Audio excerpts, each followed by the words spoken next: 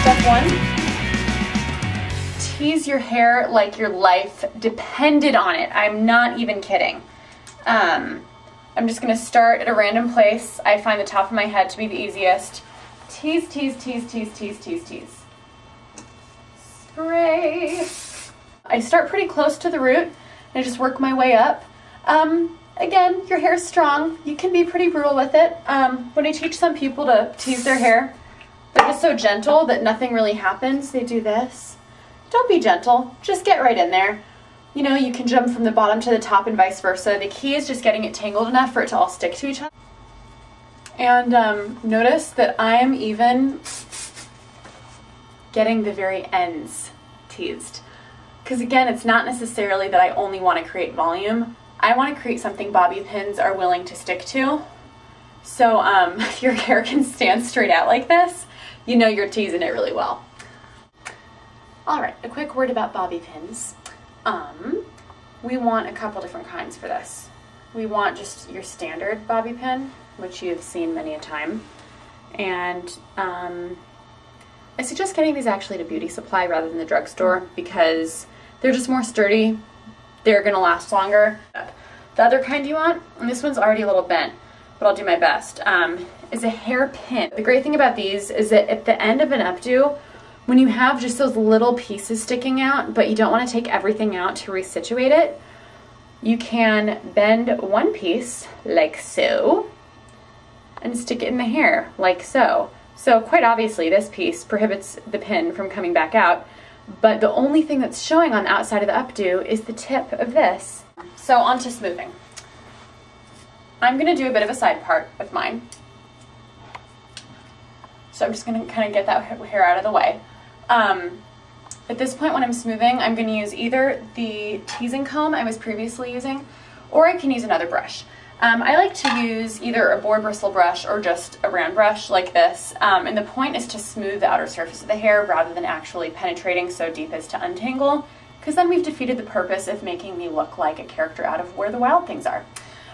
So we are going to smooth, and you will see that as I smooth, I'm kind of twisting the hair as I go.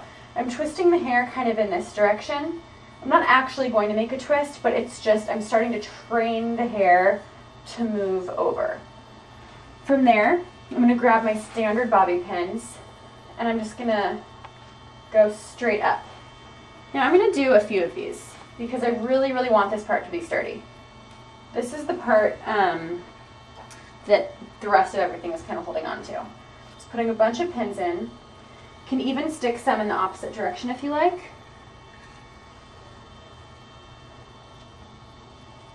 To create just that extra strength. There you go. We're all set. I'm going to spray it because I'm a believer in hairspray. Okay. Next, going to start to smooth the other side. Now this is the side that's going to come around and form the actual twist of my French twist. So let's just get that smooth piece I want in front. Oh, this pin is coming out. Let me situate that. I don't want pins showing.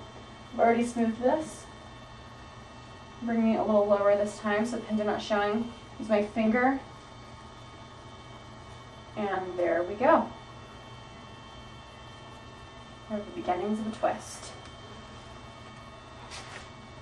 Again, I'm going to take these pins, and this time the goal is really to have pins not show, because obviously the ones we just put in somewhat haphazardly are being covered. So what I'm going to do is open it and stick it straight in. Because the hair is twisted and because the hair is teased, it's going to stay very well no matter where this pin catches, because the hair is sticking to itself through the network I've created by backcombing it. Through the top too. Open and just straight down. Notice that as I'm putting the pins in, I'm not keeping them too far open. I'm grabbing small pieces of hair because, again, we don't want to open up the pin so far that it loses its strength. And again, the point is not to capture a lot of hair, but to capture little bits that are twisted together because it's already going to stay from the back combing. open.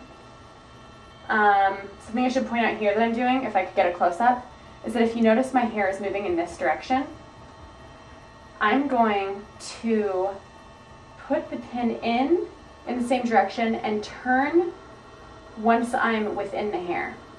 What that's going to do is allow me to get into the twist without it showing from the outside.